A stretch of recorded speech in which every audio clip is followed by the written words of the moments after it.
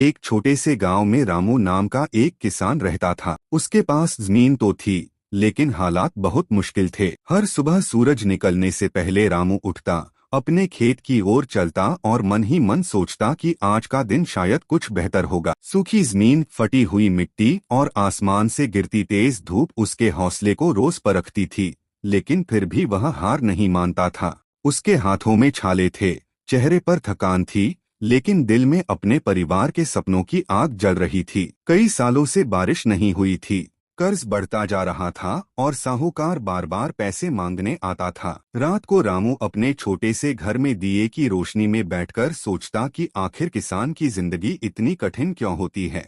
उसकी पत्नी अक्सर भगवान से प्रार्थना करती और रामू चुपचाप आसमान की ओर देखता रहता। एक दिन उसने खेत में खड़े होकर मन ही मन कहा, हे भगवान, मैंने कभी मेहनत से मुंह नहीं मोड़ा, मेरी इस मेहनत को बेकार मत जाने देना। फिर एक शाम अचानक आसमान में काले बादल छा गए, तेज हवाएं चलीं और जोरदार बारिश शुरू हो गई।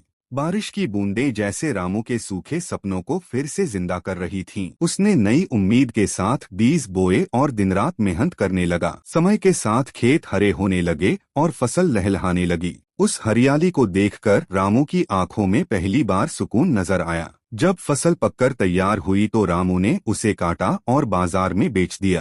पहली बार उसने अपना कर्ज चुकाया और सिर उठाकर घर लौटा।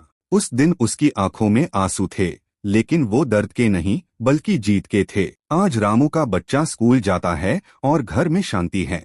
खेत में खड़ा होकर रामू मुस्कुराते हुए कहता है, किसान कभी हारता नहीं, बस उसकी जीत थोड़ी देर से होती है।